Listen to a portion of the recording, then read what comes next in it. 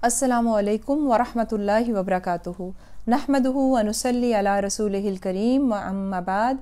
Fa'a'udhu billahi minash shaitanir rajim. Bismillahir rahmanir rahim.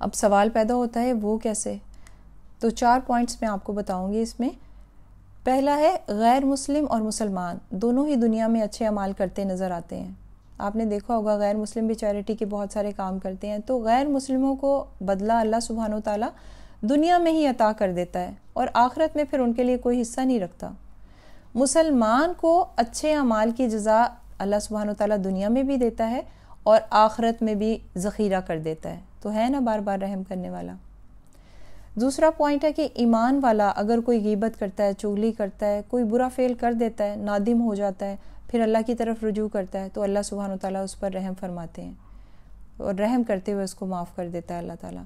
اور پھر اگر معافی کے بعد اس سے دوبارہ گناہ سرزد ہو جاتا ہے تو پھر وہ رجوع کرے، تو جب تک توبہ کرتا رہے گا، معافی مانگتا رہے گا، اللہ سبحانہ و تعالیٰ اس پر بار بار رحم کرتا رہے گا۔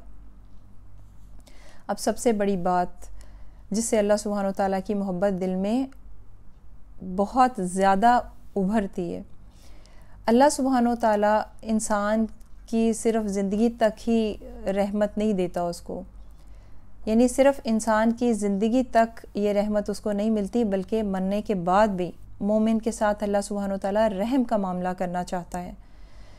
ایک ایمان والا وفات پا جائے تو کیا ہوتا ہے، اس کے اعمال کا رجسٹر بند ہو گیا، مگر اب بھی اللہ سبحانہ و تعالیٰ اپنے اس بندے پر رحم کرنا چاہتا ہے، تو قرآن میں پیغمبروں اور مومنوں کی دعاؤں کے ذریعے اللہ پھر ہمیں دعائیں سکھاتا ہے کہ اپنے سے پہلے مسلمان بھائیوں کے لیے ان کی بخشش کی دعا کرو جو اپنے ایمان کی سلامتی کے ساتھ رخصت ہو گئے ہیں، اور ان کے بارے میں دل میں کوئی بھی بری بات، برا خیال پیدا نہ ہونے دینا۔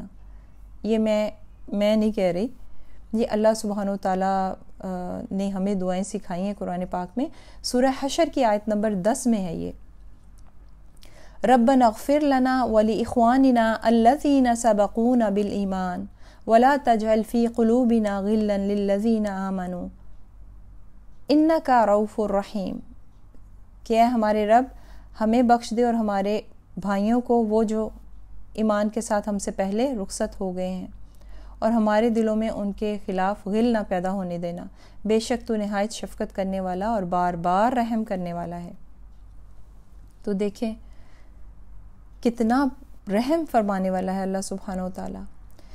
پھر ایک اور پوائنٹ ہے، حدیث پاک ہے جس کا مفہوم ہے کہ مرنے کے بعد 3 عمل ایسے ہیں جو انسان کو فائدہ دیں گے۔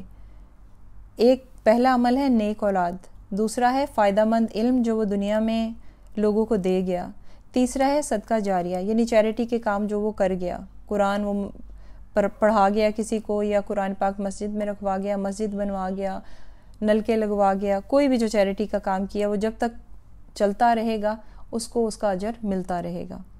تو یہ دیکھیں یہ اللہ سبحانہ و تعالیٰ زندگی میں بھی موت کے بعد بھی اتنا کرم کر رہا ہے، تو وہ بار بار رحم کرنے والا ہے، الرحیم ہے۔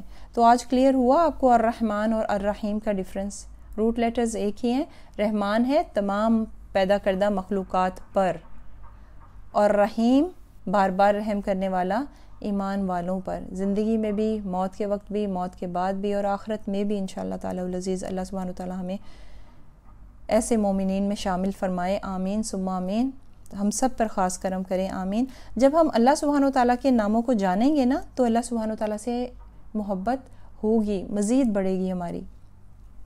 اچھا جی، اب ہم کو اتنا تو پتہ ہے کہ ہر کام سے پہلے بسم اللہ الرحمن الرحیم پڑھنی چاہیے، مگر یہ لکھا کہاں ہے؟ اس کی کوئی دلیل، کوئی پروف ہے؟ کدھر ہے؟ تو چلیں دیکھتے ہیں۔ ایک دلیل تو ہمیں قرآن سے ملے گی اور دوسری دلیل جو ہے احادیث سے ہم کو ملے گی۔ سب سے پہلی وہی جو نبی محترم حضرت محمد صلی اللہ علیہ وآلہ وسلم پر ہوئی، سورۃ العلق کی پہلی آیت، وہی اس پر دلیل ہے۔ اقرأ بسم ربک الذی خلق، یعنی پڑھ اپنے رب کے نام سے جس نے تم کو پیدا کیا۔ اور جو سورت جب بھی نازل ہوئی بسم اللہ الرحمن الرحیم کے ساتھ ہر سورت کا نزول ہوا سوائے سورت توبہ کے۔ باقی جو نبی پاک صلی اللہ علیہ وآلہ وسلم فرماتے تھے، کرتے تھے، تو وہ احادیث ہیں۔ تو نبی پاک صلی اللہ علیہ وسلم صحابہ کو کی تربیت کیا کرتے تھے، ان کو سکھایا کرتے تھے، تو ان کو سکھایا نبی پاک صلی اللہ علیہ وآلہ وسلم نے کہ ہر کام کا آغاز بسم اللہ الرحمن الرحیم سے کیا جائے۔ تو اگر ہر مسلمان اپنا کام بسم اللہ یا تسمیہ سے شروع کرے تو اس میں رحمت بھی ہوگی، برکت بھی ہوگی اور آسانی بھی ہوگی، اور سب سے بڑی بات کہ اس میں شیطان کا کوئی حصہ نہیں ہوگا۔ آج کا لیسن بس یہاں تک ہی۔ جزاکم اللہ خیرن کثیرن۔ السلام علیکم ورحمۃ اللہ وبرکاتہ۔ سبحانک اللہم و بحمدک، اشہد ان لا الہ الا انت، استغفرک و اتوب الیک۔